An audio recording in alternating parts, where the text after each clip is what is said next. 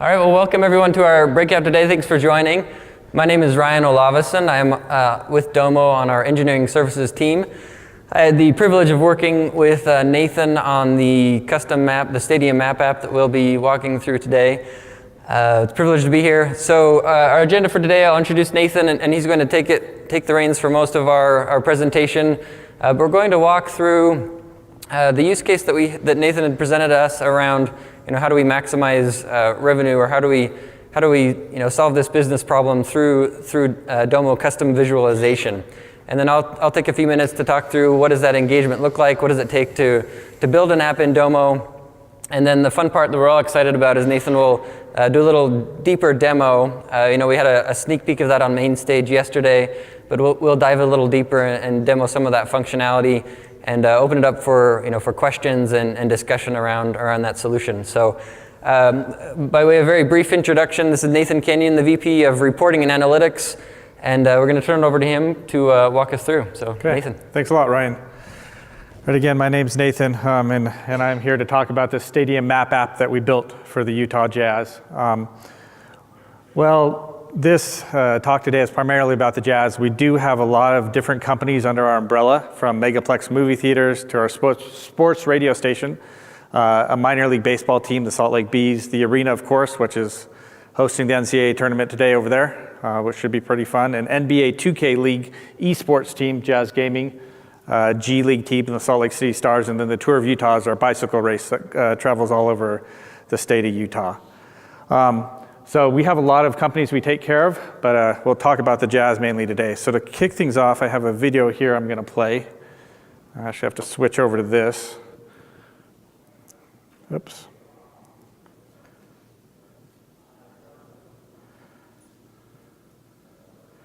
That I wanted to kick things off and get us started.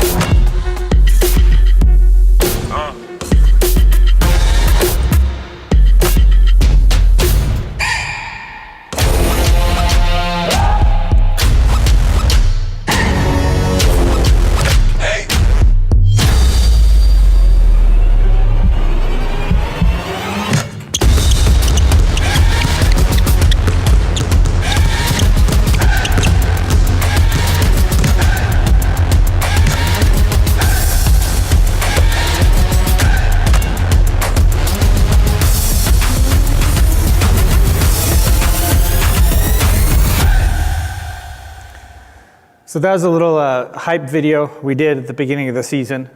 And the reason I chose that video is one thing I love about the Jazz is that this team is everything really applies to the whole business. So, I don't have a lot to do with the basketball side, and we're associated, it's a fun product. I'm mainly going to talk about the other side of the business today, the box office side, the revenue side, and that's what my side of the company deals with. And even though, like I said, we're a sports team, we have a lot of the same issues that any other company does. We have revenues, we have cost of goods sold, we have expenses, we have inventory. We have all this type of stuff that we got to deal with day in and day out. So there's a whole other side to this sports franchises. And again, our goal is to generate that revenue for the business so we can put the best product on the floor, the best team on the floor. So to start out, I'm going to take you back a couple of years and kind of take you through what I call our BI journey. This is back in 2016, a couple years ago. This is what our BI environment looked like. You can see it's kind of crazy all over the place. We had lots of data systems. We used SSRS for reporting or Excel for reporting, which was good and effective, but it was hard to manage and it was hard to get at the data. Fast forward to today, and our BI team has done a great job of kind of getting everything into one place. We have a Teradata data warehouse that we're sucking in all the data to that place. And it's been great for our analysts because they can go out and get the data that they want, and very easily, it's very quick. But we still needed a way to push that information out to the business, and that's where Domo comes in. So we have a lot of dashboards out there that look just like this, and they give us a lot of great information, from ticket sales information to corporate partnerships or sponsorship information to ticket attendance to food and beverage revenue to TV ratings to customer sentiment. We're using it all across the business. And so it's been a great tool for us, and this has been good. However, we want to see what more we could do. Our ticketing department needed more, and so their goal is to make the arena look like this every single night. They want to get butts in the seats and make it fun for people to go to the game, make it an exciting environment, while at the same time maximize revenue. They want to make it look like this, again, every single night. Now, there's a couple challenges that we deal with being in Utah.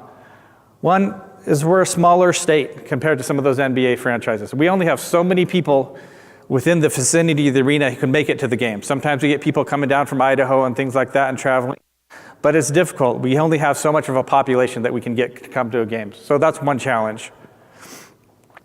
Second challenge is that our inventory expires very, very quickly. The best analogy I've heard in this industry is that we're like a plane. We're similar to the airline industry in a sense. We're like a plane taking off. Once that plane takes off, we lose all opportunity to make that revenue. So we got to do everything we can to price that inventory right and get people to fill those seats, because as soon as that takes off, we're out of luck. We can't sell that seat again. So we're like a 19,000 seat plane taking off 44 nights a year every season. So how do we maximize that revenue? One, we can increase ticket price. We just increase that yield that we're selling those tickets for. But at the same time, we have to increase our sell-through rates, because we might price those tickets too high and then no one buys the tickets. And then we're left with empty seats. And again, once that game happens, those seats are gone. There's nothing we can do about it. And the third thing we can kind of do is increase the ancillary revenue. So food and beverage revenue, merchandise revenue, parking revenue, other things that complement the game itself and to help maximize that revenue. So while dashboards like this are good, they tell us how the business is doing. And again, we use them all the time. We thought to ourselves, what more could we do? There's got to be some other way we can take all this data we have, this Ticketmaster data that we have, and do more with it. So we got a little bit of inspiration from Ticketmaster themselves. So if you go online and buy a Ticketmaster, and buy a ticket from UtahJazz.com or Ticketmaster.com, this is the view you have. You can see it's a kind of overview of our stadium. The seats are colored by what's available, and you have some more information to the right. I thought, wow, what if we could do this with our data? Imagine all the cool visualizations and insights we could gain from that.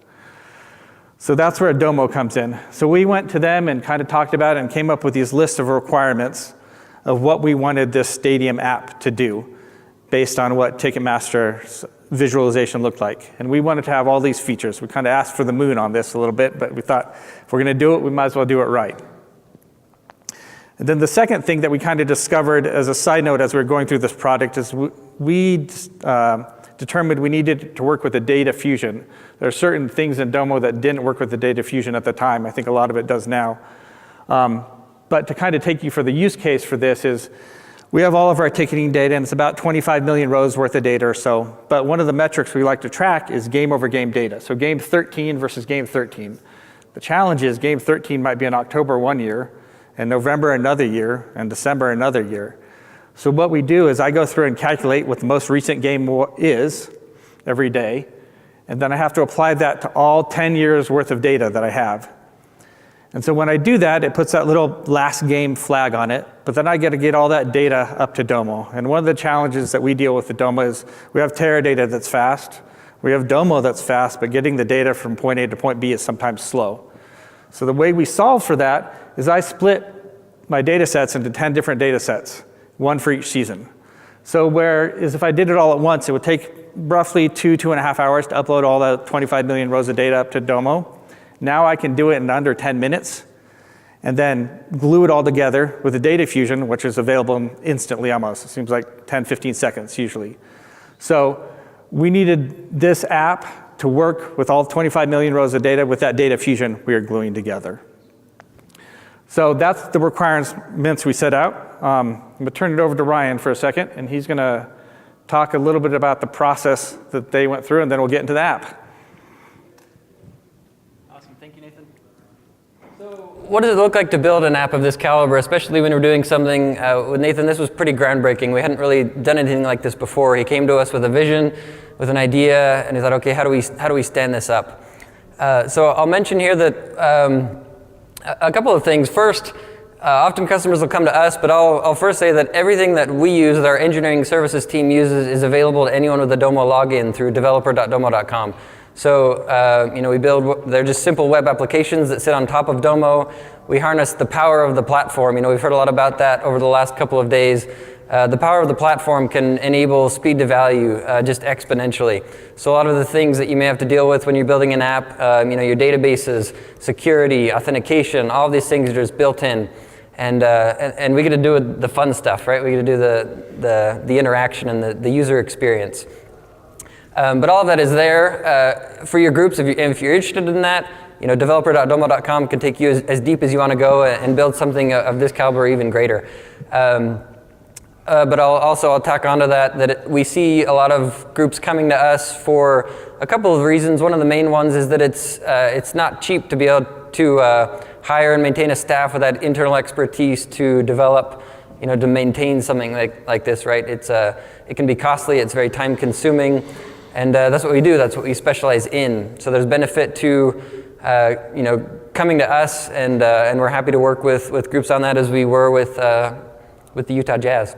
So as I've worked on this team for the past couple of years, I've found that apps fall into three general categories. We've seen the platform over the past few years has really matured, and it's grown, and it's doing so much. And along with that, we've seen the requests for apps just becoming more complex and more mature as well, which is exciting because it gives us new challenges and new opportunities. But they really fall into three main buckets. And the first bucket we see is a workflow app. So within my organization, I have a complex business process. It could maybe be very disparate or separated, or it's very manual, right? It's emails, it's notes, it's taking long periods of time to do approvals, for instance.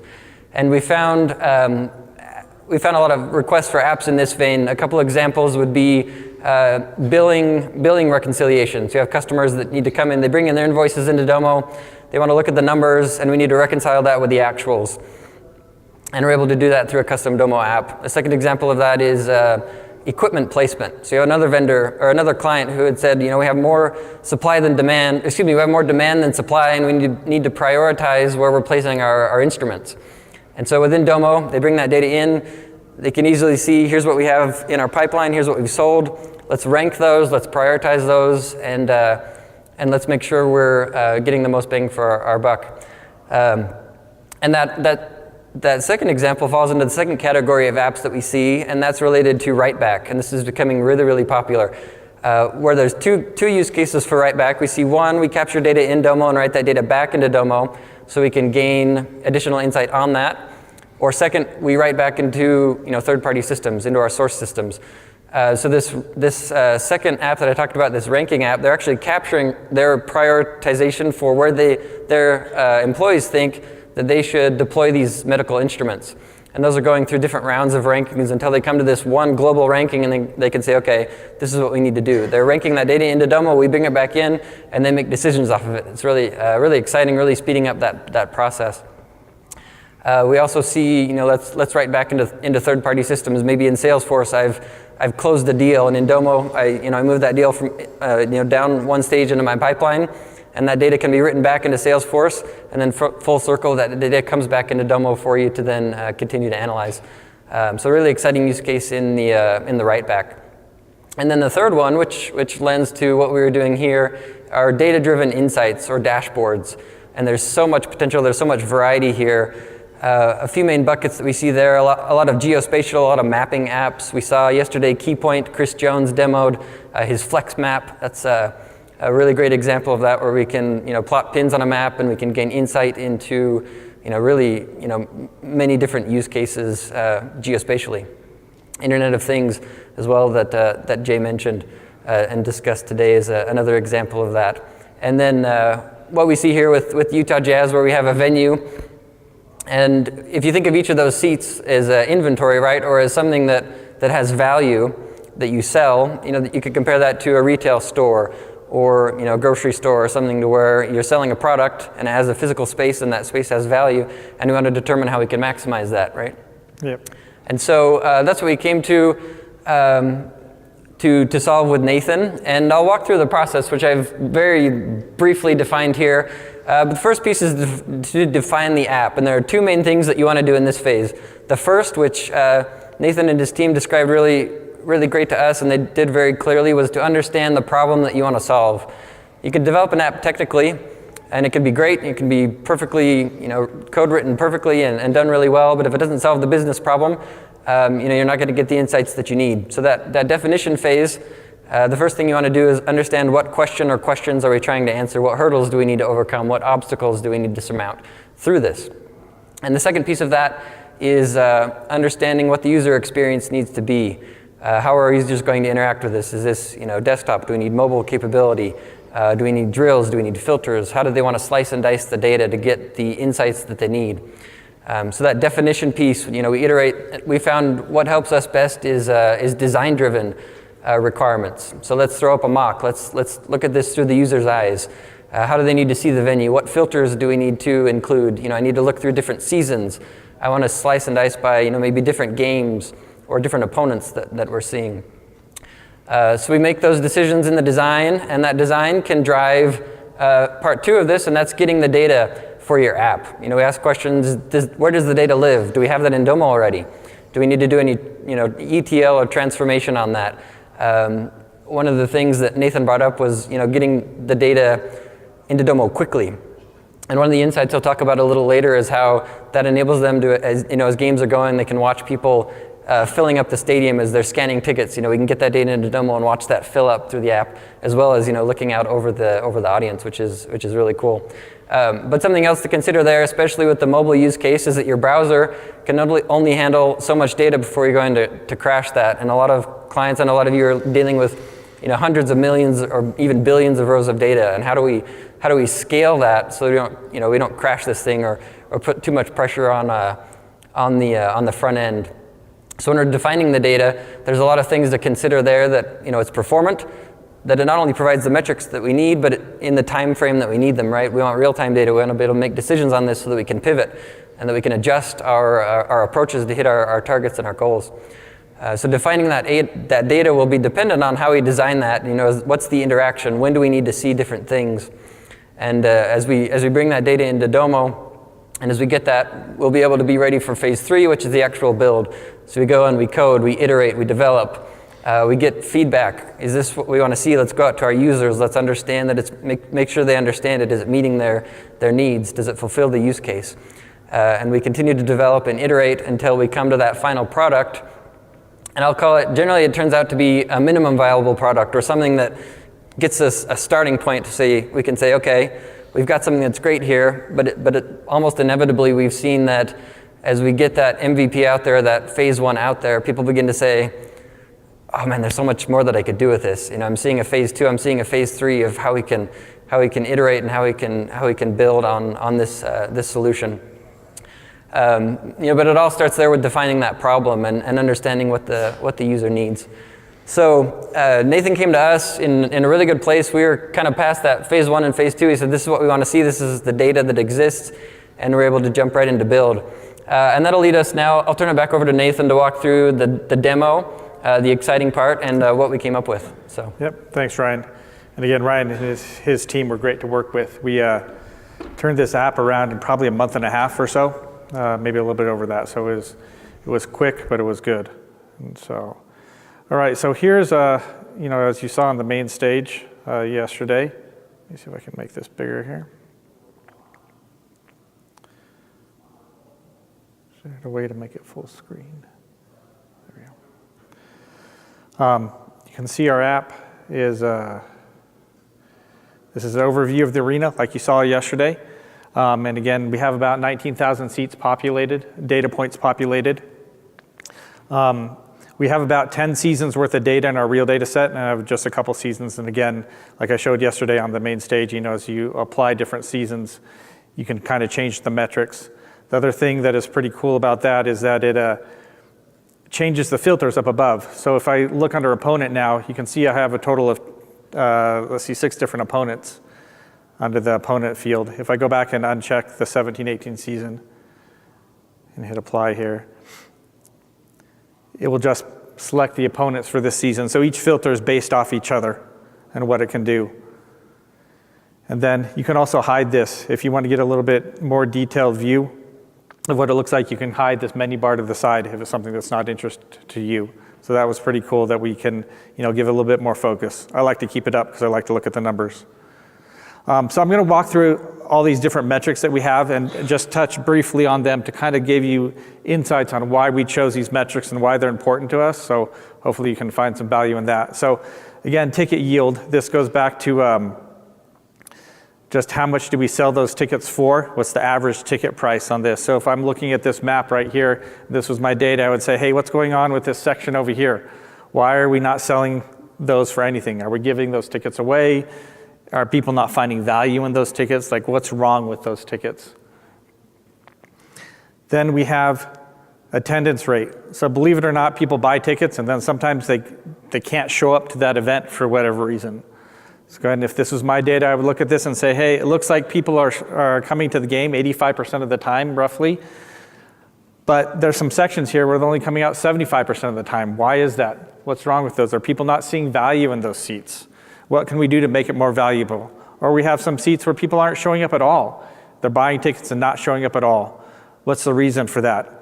And what can we do about that? This is especially important for us as we talk about season ticket holders. We love to have season ticket holders, but we want those season ticket holders to get value out of those seats. And so an indicator for us of whether they're not going to renew those seats sometimes is the attendance rate. Are they actually using those tickets?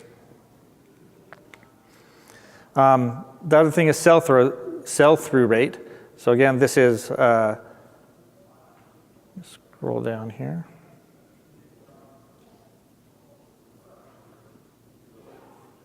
I'm not very good with a Mac, so give me a second to.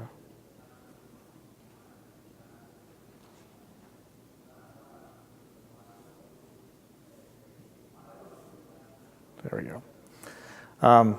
So this is a function of price and how many people are buying the tickets. So again, I might look at this map and say, hey, I'm selling pretty good in the arena, but I have these sections back here in the teal color that are not selling too well. Why is that? What's wrong with those seats? Do people not like those seats?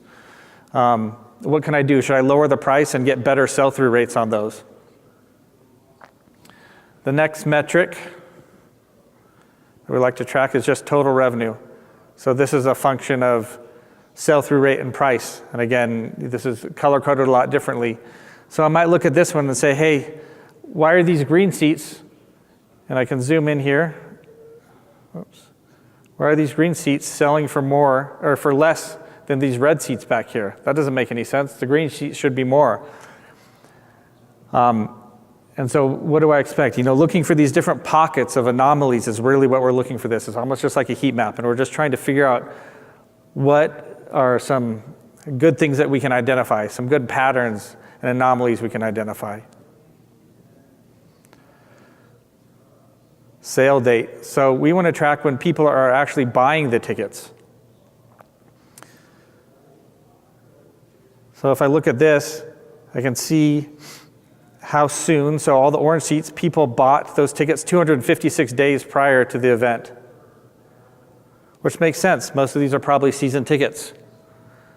But if there's some other insights I can gain from this. I see these seats, and this is a real life example, which I'll explain more a little bit here. These seats are selling last. They're selling almost close to event time. And why is that? And one thing we discovered from this, I'm going to switch over here to this great seat viewer we have.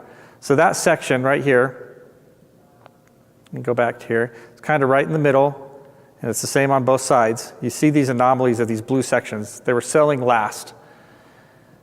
And so if I go back to here, and luckily for me, I work for an NBA team, and we have this great seat viewer. And if I go down to row A here, so if I go to the front row of this, look, the view's pretty good. These are pretty good seats. But as you start to move back in kind of those sections where we saw those blue anomalies, move back to row 15, or even to row 18, it's almost like an obstructed view. You have the basket getting in the way a little bit. So it's the least desirable seat we discovered. So now that we have this information, what are we going to do with it? We could either price those seats differently. Could we remodel this area and put a little club area there and make it more appealing to customers? Should we use that just for comp tickets? Sometimes we have to give away tickets for whatever reasons. Should we just set those seats aside because we're having trouble selling them? Should, again, we just adjust the price and make the seats cheaper so people want to pick those up? So just different pricing strategies. And then it allows us to think, should we be pricing the aisle seats different from the middle seats? Because we can't price them just section by section anymore. There's different views throughout the arena. So that was kind of an insight we gained from that. So then ticket scan time. This is a good metric for ancillary revenue a little bit. So this is how early are people coming to the events. So you can see all these red areas. And there's a little bit of a color chart here, but all the red seats, people are coming 1,300 minutes prior to the game. Orange seats are 1,323. So how early are people coming to the game? Ideally, we want to get you there as early as possible in hopes you're going to buy some of the ancillary revenue, the concessions revenue. You're going to buy some merchandise, right? You're going to have some extra time. But also, we want to make it a good value for you. We want this whole game night at the Jazz to be a good experience for you. And so we want you to come as early, have a good time, and stay late. So this, again, helps us identify pockets. What's interesting is you look at this, why are all these people up here coming late? Are they having difficulty getting to the arena? Are they having difficulty finding parking? There could be some other indicators that allows us to deep dive as we keep going along. So it's an important metric to us. And then also with ticket scan time, as we start looking at growing the ancillary revenue, maybe we see that, hey, all these people are coming in early, and there happens to be an R&R barbecue or a great ice cream place right here that people really like to eat there, and it's close to their section, so they like to come and eat and go. And so we might look and see, okay, can we do something else to incentivize the people on the other side of the arena to come sooner? The next one is, these are called, so all the metrics I just went to are multiple event metrics. So they make sense across multiple games.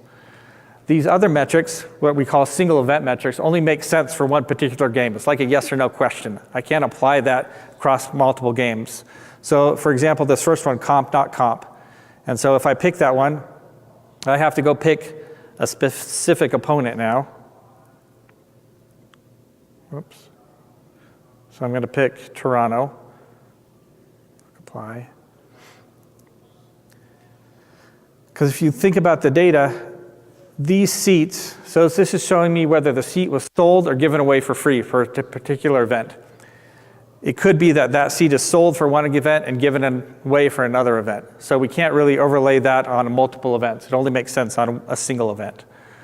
So again, we're looking for tickets that maybe we're giving away too much of and looking for those anomalies. Now, as I look at this map, hey, what's wrong with this section up here? And this is, why are all these seats given away? And maybe that was an intentional decision on our part.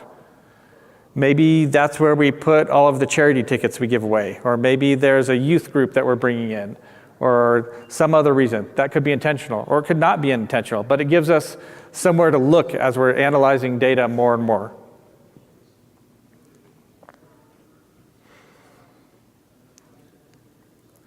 Next is what we have a plan type group. So as I mentioned earlier, we have, and since I already had a single event picked, it kept that same event. As I mentioned earlier, we have season tickets and we have single game tickets. Season ticket holders are great for us. They're buying 44 games throughout the year. But single game tickets are also important because usually we're maximizing the yield on those tickets. Some people want to come to a Golden State game. Those are high demand games. Usually we sell those for more. Some people want to come to, Minnesota Timberwolves or somewhere else that's not doing so good. They're Phoenix Suns, I guess, that are not doing so good. And so, those are a little bit cheaper. But just tracking kind of that mix. We want to make sure that if you're just coming to 1 or 2 games a year, that you have an opportunity to get a good seat. And so intentionally, we might not sell all the season tickets in the lower bowl. We're going to hold some back so that we have that single game inventory so that people that just come to a few games can still get a good quality experience for us. So again, this is a good color coding. It allows us to identify that, hey, maybe we have too many season tickets in this section, or we have too many single game tickets in this section. What if we need to sell more season tickets in the upper bowl? Do we need to adjust pricing? Do we need to add some value and maybe give a free hot dog away for those people that are buying those upper bowl tickets and make that seat more valuable to them?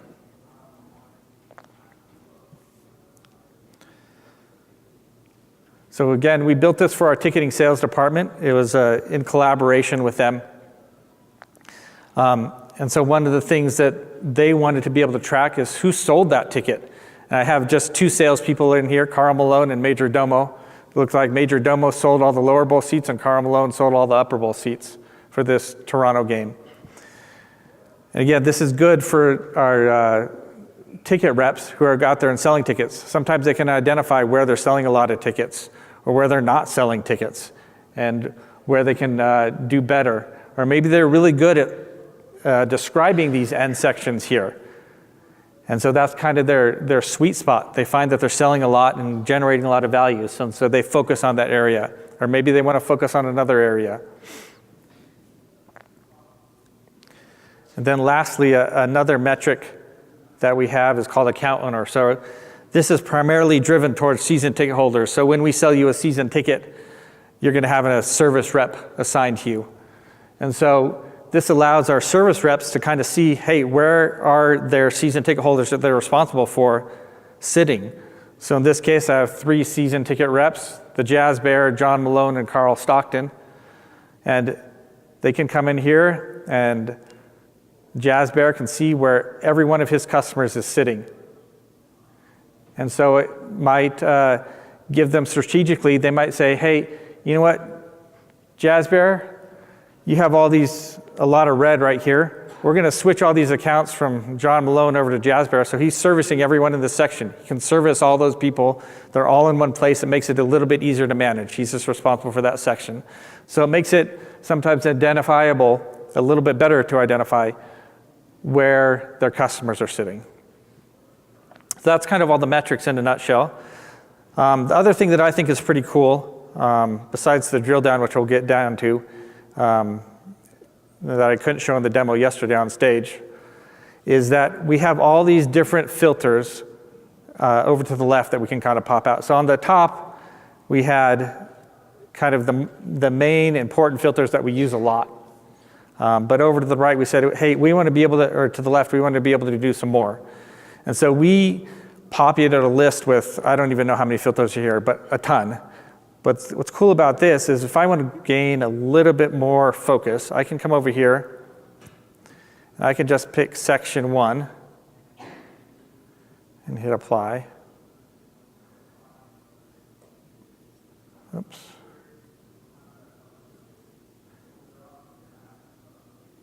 And you can see it's focused right on section 1. So if I want to get complete focus on that, maybe. It allows me to get a good focus on that. And you can see what's cool about this too is the metrics over to the right changed based on what I had selected. So if I want to know how much revenue is generated by this section over here, which as I showed on stage yesterday, this is section 1, I can see that. And if I want to filter down even more, or if I want to look at a couple sections, right? Click down here, and click apply. Again, my revenue changes over here to the right. And I have all the metrics associated with just those 2 sections. But then also, if I want to do something crazy and I wanted to, clear all these filters, let's see. Done. And I wanted to select row 2. You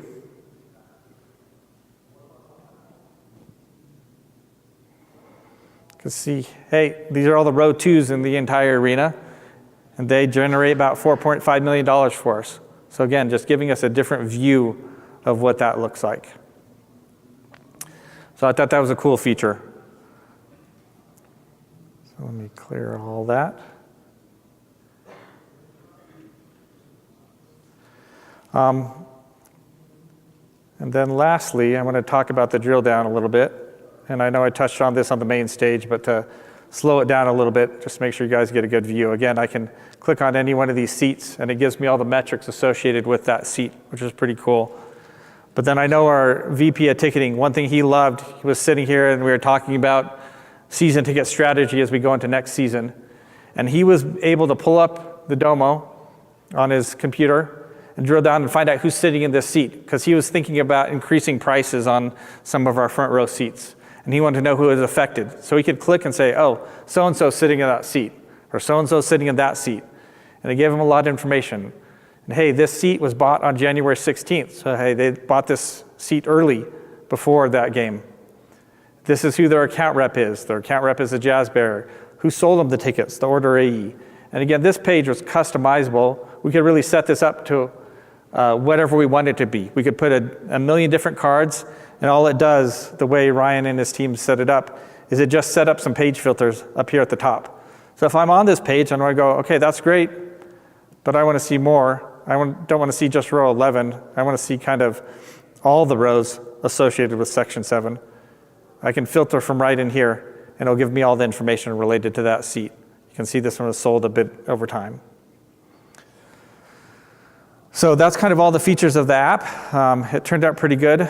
So if we can switch out back to the slideshow here.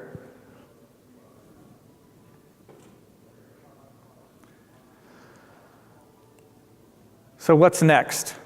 Like Ryan mentioned, this was our first iteration of this. We've already hit him up saying, hey, this is what else we want to do. Part of this is on us because we got to go out and get some more data, but should we measure how many times you sent your ticket to someone else? And again, this is an indicator for us for season tickets. If you're not using your tickets, or you're not getting value out of them, or are you not able to transfer your tickets to someone else? Are those tickets just going unused? What else can we do? So like one of the things we've done in the past is we noticed we made the ability for our season ticket holders to actually resell their tickets on Ticketmaster.com. Now really that's a season ticket holder benefit. If you can't use your tickets, hey, you can recoup some of your money. So that's an indicator for us. Hey, if so-and-so isn't using their tickets, they're going unused, should we reach out to them and say, hey, did you know that there's this Ticketmaster portal and you can go out for it? So it's a customer service metric for us. Service rep touch points, some data we have with our CRM system. How many times did I call that customer? Am I reaching out to all my customers in this section? Am I having enough contact for them? Hey, maybe I'm calling my lower bowl people 15 times a year, but I'm only having contact with my upper bowl people 2 times a year. I should maybe make that a little bit more equitable. So it's a good indicator. Concessions purchases. So again, maybe if we could overlay our concessions data and say, hey, this person in this seat always goes to this hot dog stand. Well, maybe we could push out some offers to them. Hey, you like hot dogs? Let's give you 25% off. You've bought a lot of hot dogs and we want to make this valuable for you.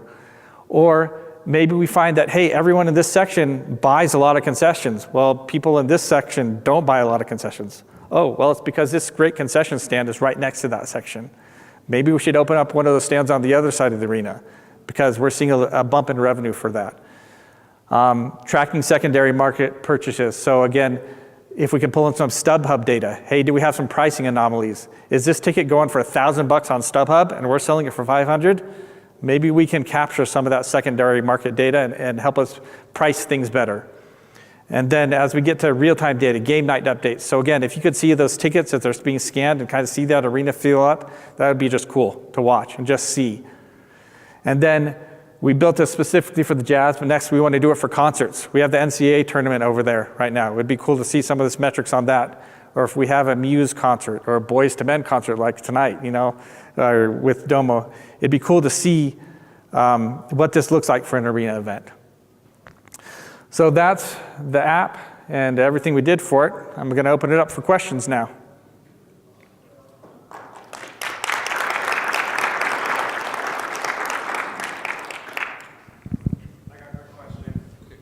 And on the questions, if you can wait for the mic, we're recording, so we want to be able to make sure to capture audio.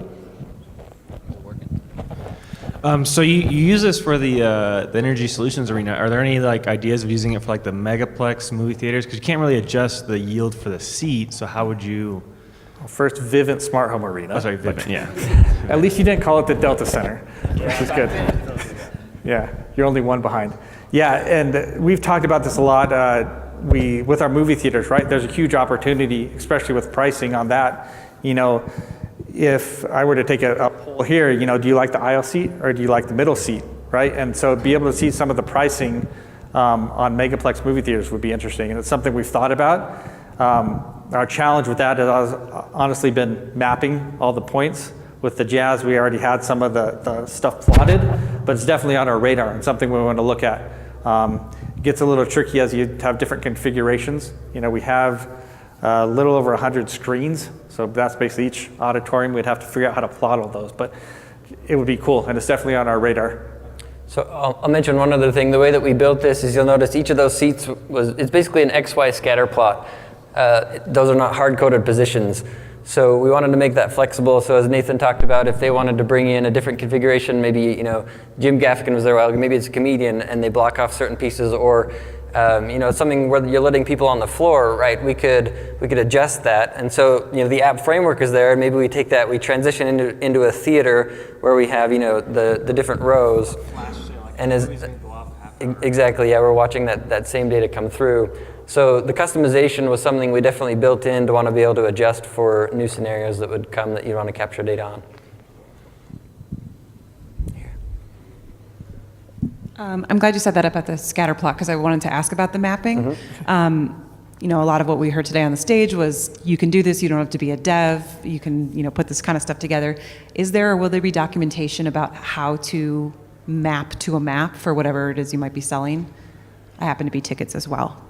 So if I had a map of one of my buildings, does Domo have instructions on how to get that going, or is it more of a consulting conversation? That would be, yeah. There are some things, but not on a custom scale. I think that would be more of a consulting conversation, but it's something as we're seeing more of, we're trying to figure out how do we standardize this, how do we make this part of regular product, layering on SVGs or using one that we had done. We basically said take an Adobe design and you're plotting your SVGs on that and you're giving coordinates there, and then you bring that as a custom image into Domo, and then you basically map and say, okay, for this point on my image, I have a beast mode or data that's saying here's the metric that needs to fill that. So we're coming up with ways that make this easier, that doesn't require actually hard coding that in. Yeah. The possibilities are there. Cool. And for us to talk about, we already had all the data points plotted. So you could essentially take our data set and put it in Excel and do almost like a scatter plot in Excel, and it worked. But we wanted to make it a lot more functional. And so we took this to Ryan and said, hey, we have everything plotted. You just need to make this work in Domo. Just put it in. Which was beyond my expertise. Great. I think I saw a couple more here in the front. So you built this with another team in mind. How's the adoption been with this since it's been implemented? They loved it. And, unfortunately or fortunately, right, they're coming saying, hey, well, what else could we do this? I mean, one of the things we're looking at for season tickets now, because we're starting to renew them, is we want to populate this map with, hey, this was a season ticket, this was not a season ticket, this seat was lost, the seat was sold as a new seat. And so how do we manipulate this app to handle different types of metrics? Because now they have a list a mile long of different metrics they want to look at. The thing that has been just really cool for them, we have our ticketing system and you can log in and see who's sitting in seats, but they can see this from anywhere, right? And so just that ability to drill in and see, hey, who's sitting in that seat, how often are they coming to the games, and tons of information that we have on that drill page for them.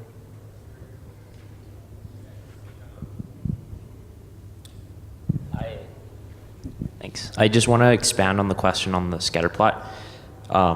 Since you said you're not using custom maps, right? Like the custom map functionality, how did you map the location of the scatter plot to the exact chair if it's not directly tied to it? A lot of trial and error, honestly. We had a lot of it mapped already. To talk about that other visualization software out there, Tableau, we had a map already built for that, and so we had a lot of the scatter plots. Unfortunately, we remodeled our arena, and so we eliminated a lot of seats and changed the configuration. So myself and my team, who's actually sitting in the front row here, helped.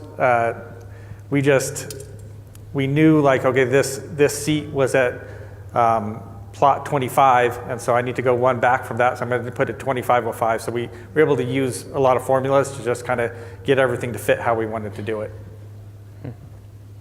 And we did a lot of it in Excel, honestly. It was only 19,000 seats. Don't take that long. Great. Anything else? Perfect. If there's no more questions, we can get to lunch a little bit early, which I know you're all right. all Thank you, excited everyone. about.